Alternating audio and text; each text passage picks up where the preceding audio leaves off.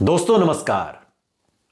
असदुद्दीन ओवैसी सिर्फ हैदराबाद तक सीमित नहीं है, यह तो हम सभी जानते हैं। बिहार में अपना जलवा दिखाने के बाद, उत्तर प्रदेश पर नजरें जमाने के बाद अब असदुद्दीन ओवैसी असम की तरफ देख रहे हैं। आज के इस वीडियो में हम आपको असम की राजनीति में लेकर चलेंगे और असदुद्दीन ओवैसी की मौजूदगी का एहसास कराएंगे। All India United democratic front यानी कि AIUDF के प्रमुख मौलाना बदरुद्दीन अजमल ने एक बड़ा ऐलान किया है। उन्होंने कहा कि असम में आने वाले विधानसभा चुनाव के लिए असदुद्दीन ओवैसी के नेतृत्व वाली ऑल इंडिया मजलिस इत्तेहादुल मुस्लिमीन यानी कि AIMIM और AIUDF गठबंधन कर सकती है।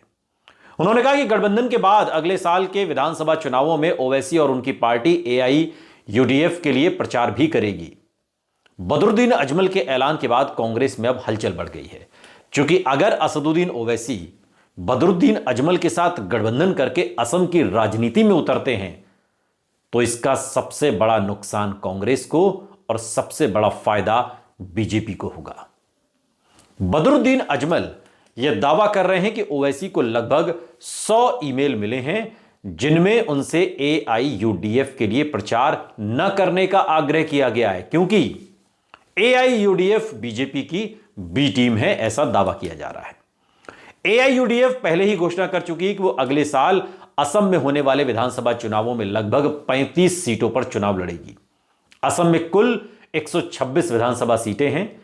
अजमल ने असम में कहा कि मेरी ओवैसी से बात हुई है। उन्होंने 2 जनवरी के बाद एक टीम भेजने को कहा है और बताया गया है कि उन्हें जो रिपोर्ट मिली है उसके अनुसार कांग्रेस पार्टी का कहना है कि अगर वो यहां प्रचार करते हैं तो ये एक बड़ी आपदा होगी, क्योंकि AIUDF बीजेपी की बी टीम है। अजमल ने कहा कि मुझे उम्मीद है, बदरुद्दीन अजमल कह रहे हैं, मुझे उम्मीद है कि हमारे लिए प्रचार वो करेंगे।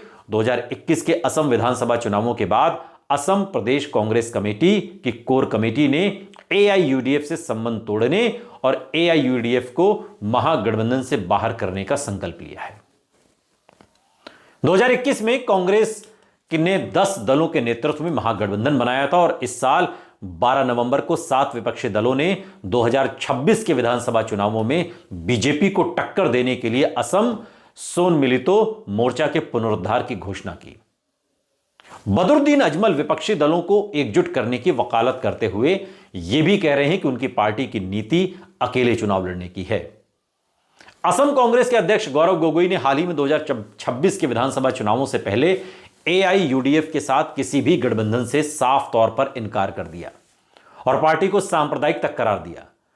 वर्तमान में बीजेपी के पास 64 विधायक हैं, जबकि उनके सहयोगी दलों असम गण परिषद के पास 9, यूनाइटेड पीपुल्स पार्टी लिबरल के पास 7, बोडोलैंड पीपुल्स फ्रंट के पास 3 विधायक हैं और विपक्ष में कांग्रेस के पास 26, AIUDF के पास 15, CPIM के पास 1 और 1 निर्दलीय विधायक हैं। यह विधानसभा की मौजूदा स्थिति है, यानी कि AIUDF की स्थिति कोई बहुत कमजोर असम में नहीं है। 15 विधायक उनके पास भी हैं, अगर 26 विधायक कांग्रेस लेकर आई है तो।